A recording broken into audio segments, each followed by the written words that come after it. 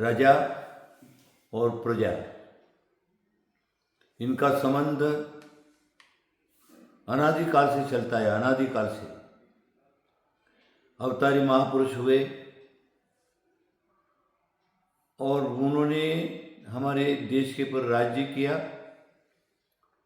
और प्रजा का पालन कैसे किया, सारा का सारा स्मृति ग्रंथों के अंदर, महाभारत रामायण आदि के अंदर ऋषि और मुनियों ने लिखा है। राजा पिता की तरह होता है, प्रजा पुत्र की तरह होता है। या पुत्र और पिता दोनों का घनिष्ठ अगर संबंध है तो राजा भी स्थिर रहता है और उसकी प्रजा भी सुखी रहती है। हमारा ये देश भारत देश है।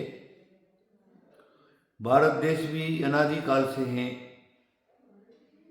और ये देश के अंदर कितना काल बीत गया, उसके अंदर करोड़ों करोड़ों करोड़ों करोड़ों राजा और महाराजा हुए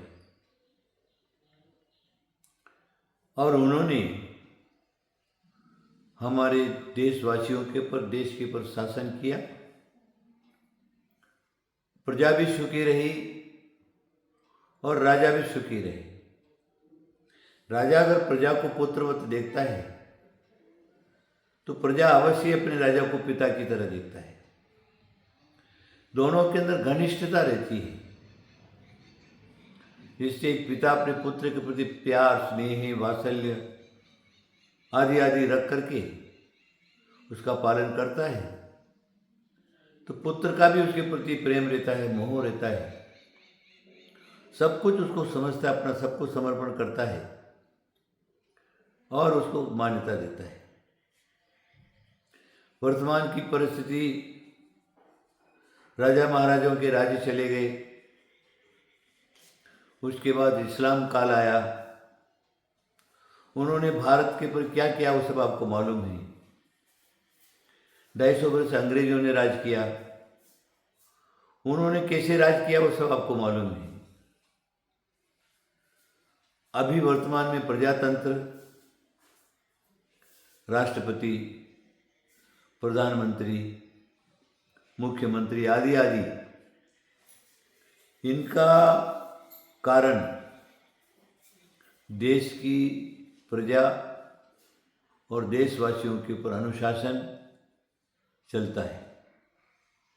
अगर राजा अन्यायी है तो प्रजा अवश्य अन्यायी ही रहेगा। राजा दुष्ट है तो प्रजा भी अवश्य दुष्ट ही रहेगी।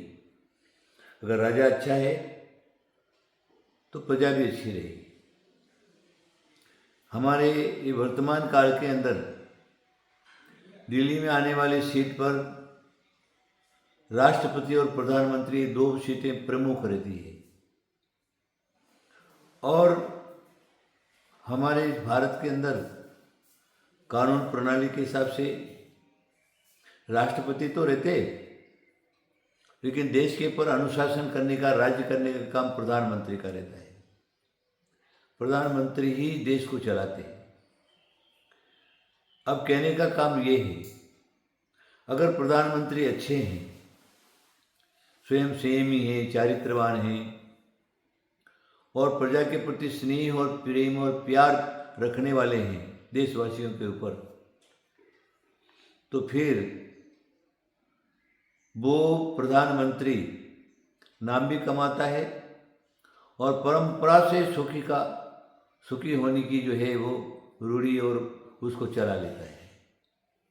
और अनुकरण करने वाली प्रजा है, अगर प्रधानमंत्री अच्छे नहीं हैं, चारित्रहीन है, संयमीहीन है और प्रजा के प्रति प्रेम प्यार नहीं है, तो प्रजा उनके प्रति कुछ भी लगाव नहीं रखती।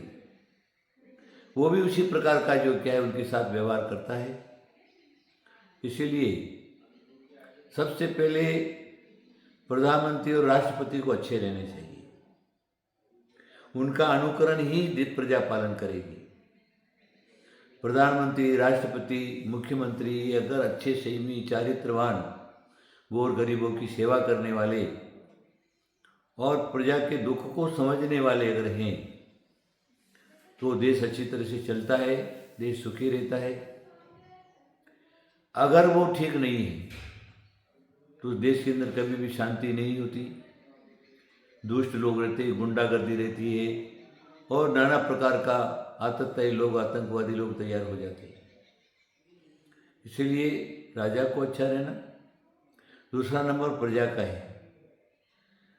प्रजा को कैसे रहना है, किसके राज्य में रहना है, किसकी बात मानना है, स्वयं अक्ल से काम लेना है और अपने जो प्रधानमंत्री, राष्ट्रपति आदि जो भी हैं, मुख्यमंत्री आदि, उनके प्रति अच्छा लगाव होना, उनके प्रति अच्छा व्यवहार होना, उसके प्रति अच्छा सम्मान होना, तो मुख्यमंत्री भी, प्रधानमंत्री भी आपके प्रति अच्छा काम करेगा।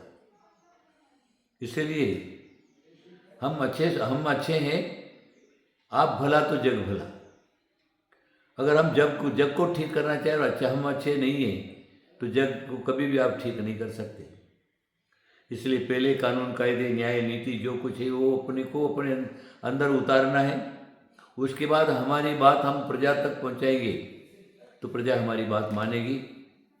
और प्रजा को तो मैं अवश्य कहूँगा कि आप लोग क्या करिए, हमारी जो इतिहास है, हमारे धर्माचरण है, हमारा जो नियम कानून, कायदा, न्याय, नीति जो हमारे पर है उसका हम चित्र से पालन करेंगे, उसके अनुसार चलेंगे, क्योंकि प्रजा ही राजा के सुख का कारण होता है। इसलिए सब लोग अपना अपना कर्तव्य निभाइए, अपने कर्तव्य को मत भूलिए। आपका श्रेष्ठ कर्तव्य देश को बहुत ऊंचा ऊंचा ऊंचा ले जा सकता है। और अगर आपके कर्तव्य अच्छे नहीं हैं तो आपके देश को पतन के अलावा और कोई बचा नहीं सकता। इसलिए हमारा देश पतन की तरफ नहीं जाए, ऐसे हम आचरण रखेंगे, ऐसे विचार रखेंगे और दूसरे के मन के दुख को समझने की कोशिश करेंगे, हमारा भी कल्याण होगा, आपका भी कल्याण होगा। मेरी बात आप सब समझ रहे होंगे। आशीर्वाद आशीर्वाद आशीर्वाद।